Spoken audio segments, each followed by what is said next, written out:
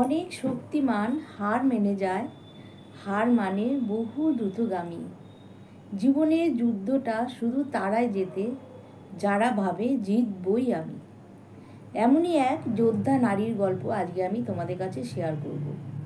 চ্যানেলে যারা নতুন আছো এবং নতুন যারা আমার গল্প শুনছো, গল্পটি শোনার পরে প্লিজ একটি সাবস্ক্রাইব করতে ভুলবে না যেন, এবং লাইক দিয়ে আমার পাশে থেকো।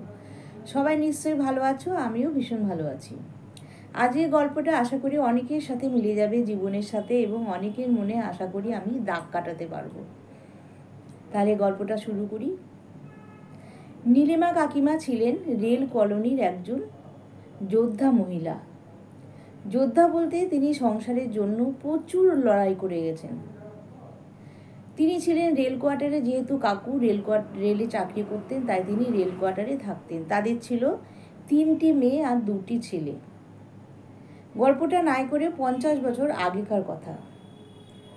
তখন তারা সব রেলের স্কুলে পড়াশোনা করত, এবং রেলের স্কুলে তো মায়না লাগতো না, কিন্তু মাধ্যমিক উচ্চ মাধ্যমিক পরীক্ষার সময় যে ফর্ম ফিল আপের যে টাকা লাগতো সেটাই কিন্তু সেই নীলিমা কাকিমার কাছে প্রচুর ছিল। কারণ সেই সময় যারা রেলে চাকরি করতো তাদের মায়না ছিল খুবই সামান্য। এই সামান্য টাকায় প্রত্যেকের পড়াশোনা, বই খাতা, প্রাইভেট টিউটর তো জীবনে তিনি দিতে পারেননি। নিজেই তিনি পড়াতেন যতটুকু বিদ্যা ছিল।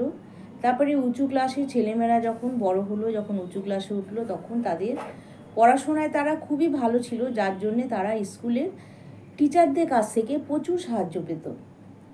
ফলে তারা মোটামুটি খুব ভালোই রেজাল্ট করতো, এবং কোচিং সিস্টেম ছিল সেই সময়। সেই কোচিংয়ে কিন্তু তারা অল্প মায়নাতে পড়াশোনা করত। এইভাবে তাদের দিন কাটত।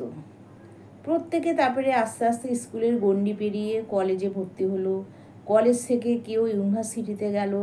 এরকমভাবেই কিন্তু তারা আস্তে আস্তে বড় হয়ে গেল।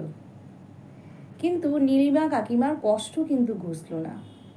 তিনি যখন ছেলেমেয়েরা ছোট ছিল আর কাকুর চাকরিতে খুব অল্প মায়নায় তিনি কত কষ্ট করে যে সংসারটা চালাতেন সেটা তিনি বুঝতেন। কারণ মায়নার মাসের শেষে যখন মায়নাটা কাকু কাকিমার হাতে দিতেন, কাকিমা ভাবতেন এইটুকু টাকায় আমি কি করব? খাওয়ারই বা আনবো কী করে? ছেলে মেয়েদের জামা কাপড়ের খরচ, তাদের পড়াশোনার খরচ, কি করে আমি কি করব?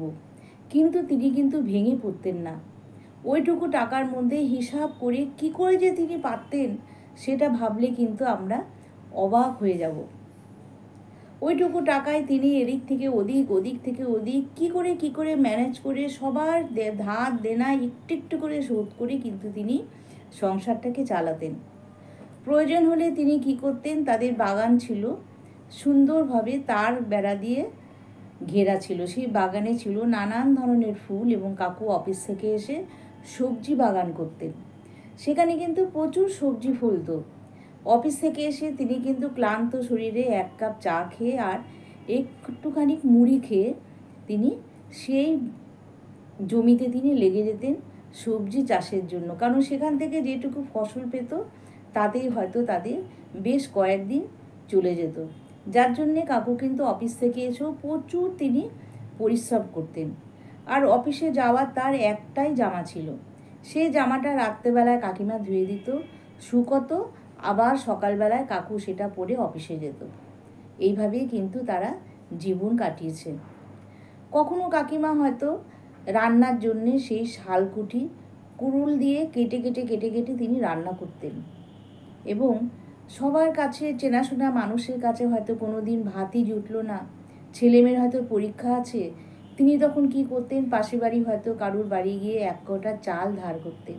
সেই 1 কৌটা চাল দিয়েই তিনি কোনো রকমের ফেনা ভাত করে, সে ভাতে ফেনা বলতে কোনো ফেনা নয়, খালি জলই ভর্তি, সে জল দেওয়া ভাত খেয়ে সব ছেলেমেয়েকে তিনি পরীক্ষা দেওয়াতে পাঠাতেন, এবং নিজে হয়তো না খেয়ে থাকতেন।